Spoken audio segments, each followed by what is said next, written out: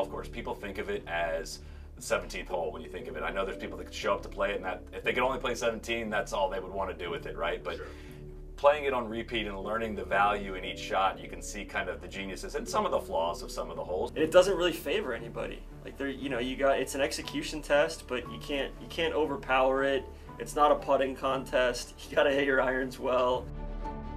First hole is classic Pete Dye, medium range par 4 that on the scorecard looks pretty harmless, but the tees just want to aim you a little further right than you actually want to be. You need to play up the left to avoid the moguls and the rough that sits on the right side of that. That's no fun, but it's pretty much classic. Hey, if you execute 2 shots, you're going to have a great birdie look on this hole. Number 2, first of the par 5s at TPC Sawgrass. In my opinion, TPC Sawgrass is some of the best par 5s in the world. Dogleg left off the tee, got to work the ball right to left.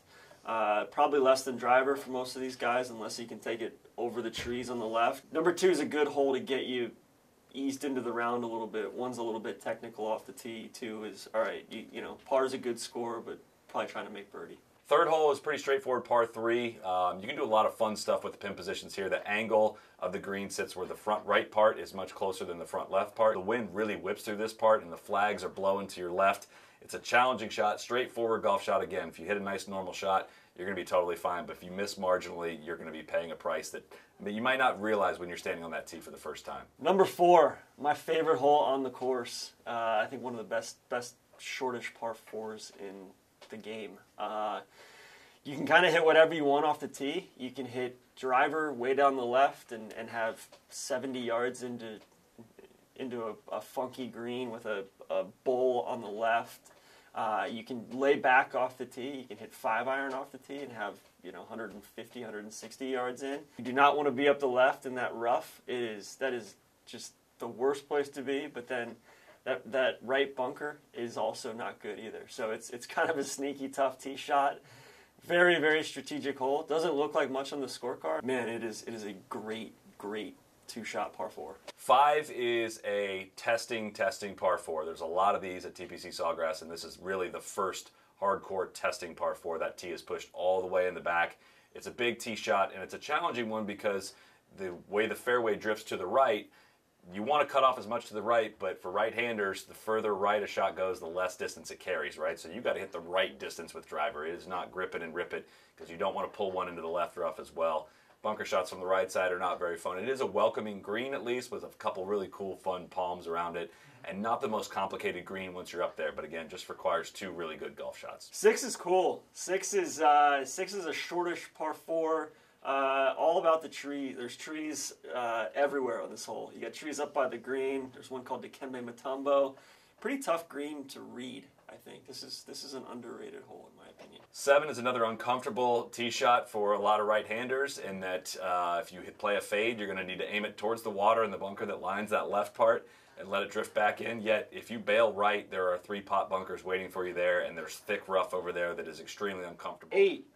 Conversely to 2 and 6, this is probably one of my least favorite holes on the course. Just kind of a bland par 3. It's tough, really long. Plenty of trouble around this green, just with little mounds, moguls everywhere, but pretty straightforward hole. Par 5, 9th hole. I believe there's a new tee on this hole this year with a little bit farther back. It's an interesting tee shot because the best angle for the approach is going to come down the right, but that is actually where the fairway runs out the fastest. So if you play down the right, you need to play to the right number or else you can get into that water. Yet the further left you go to the wider part of the fairway, you're going to really have to draw one around the trees that protect this green. It's a funny little green that sits really perched up and a ton of little moguls and teeny tiny pot bunkers on the right side versus a deep bunker on the left that you don't want to be in because the green slopes away from you for there. It's a precision hole. There's many different ways you can play it. The layup's not easy. The third shot's not easy. You just will see all kinds of creative short game shots around this green. That's why I love watching this green. 10. 10's tricky. 10's a tough driving hole. Less than driver for most of these guys, or probably all of these guys. Left bunker's no good, but then you go up the right and you miss out on the angle up to the green. Angle kind of tilts left to right. 11 is an awesome par 5. It is a great scoring opportunity for these guys. It's a driving hole that it looks like you can kind of come to the left, but the farther left you go, there's a hidden bunker with islands in the middle of that bunker that are not fun to play with. John Rahm learned his lesson from that bunker. I believe a few years ago. But if you play kind of towards the right center, you're left with a shot that is as straightforward of a risk-reward shot as you will find in golf. It's not a simple flip it up there somewhere close and figure it out from there. You need to strategically figure out where you want to leave yourself and how much risk you want to take on. Another reason why I love 11. 12 is weird. 12 is kind of the stepchild of the course. Used to be different. They've changed it. They changed it again. Keep tweaking it. It may not get any better, but it's going to be different. It's a short par 4. They'll move the tees around each day. It'll be very drivable at least one of the days, probably 2 of the days. 13, a great par 3, really cool contouring on this green. It can play a bunch of different ways. The back right pin is pretty challenging. The front right pin is on a really difficult part of the green. Yet the front left part, we could see hole-in-ones. We'll see a ton of birdies to that front left part. You can use the slope in the middle of the green to get down to it. They have a bunch of different teeing options back there. I love playing this hole, and I love watching guys play this hole. 14 is just a really, really tough golf hole. Probably, in my opinion, probably the toughest hole in the course. Long par 4, really tough driving hole. Massive bunker up the left. I mean, runs the whole length of the hole from the tee all the way up to the green. There's some trees up by the green kind of blocking things. And then there's these moguls up the right that are just absolutely dead. If you hit it in those, you're probably either gouging out or trying to advance it down the fairway. 14, you got to buckle up. You got to hit a driver, and you got to really, really buckle down and hit a good iron shot in there and try to make a good par. 15th hole, another Pete Dye visual trick. The trees are very narrow if you go to that back tee box. There's an overhanging tree on that tee that just says, it just squeezes you. Yet when you get up to that fairway, it's one of the wider ones, if I may say. There's, a bunker down the right side. It's not the worst place in the world to play from, but it's very much a shot that amateur golfers have no chance on this shot. Yet professional golfers, it's not that difficult for them. They hit their little high fade out there, can have relatively short irons into this. 16, the last of the par 5s. Again, par 5s really, really strong out there. 16 is probably the most exciting. Great driving hole. This is another one in person. Go out 16 tee, watch the guys hit driver off that tee. You'll see the Rorys and the Roms hitting it way over the trees. Tricky second shot. It's, you got to just execute. Missing short right in the water there, you're dropping pretty far back and hustling to make 5 or 6. And then there's that tree in the middle of that bunker up the left, and that is a bad place to be. But you're dealing with that if you hit a bad tee shot.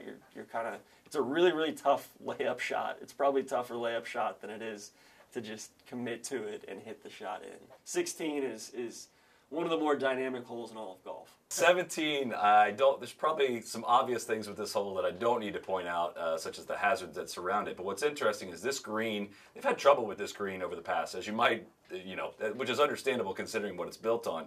And it's usually firmer than the rest of the greens on the golf course. So when it plays downwind, you might think that's an advantage, but it's hard to keep balls on this green. And there's just not that much space on that top shelf to land a ball up there and stop it. So when the pin's on the top and you see somebody stuff one in there, they have hit a very, very, very good golf shot, because that ridge that runs in the middle of the green is steep, severe, and it will catch anything that hits that. Almost nothing hits on the bottom part and can get back up to the top part.